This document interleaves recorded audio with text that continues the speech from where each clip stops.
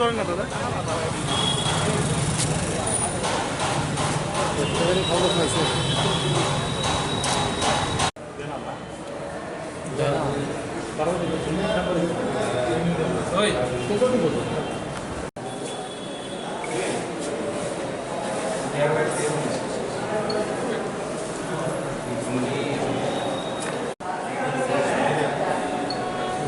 দাদা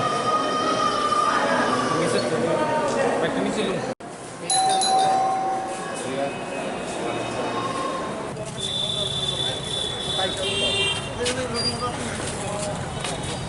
ওই দেখুন মেলায় যাবে করে আমরা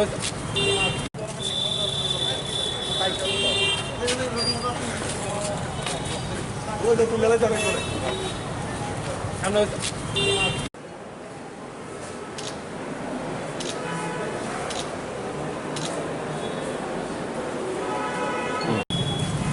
অবস্থা চলো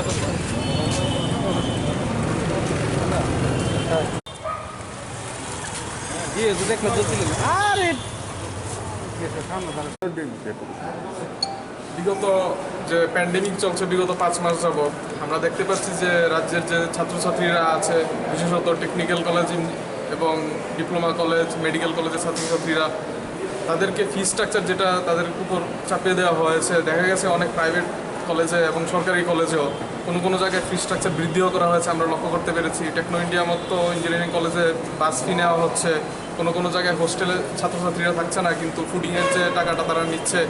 তো সেই বিষয়ে আমরা আজকে হায়ার এডুকেশন ডাইরেক্টর স্যারের সঙ্গে দেখা করতে এসেছি এবিভিপির এক প্রতিনিধি দল।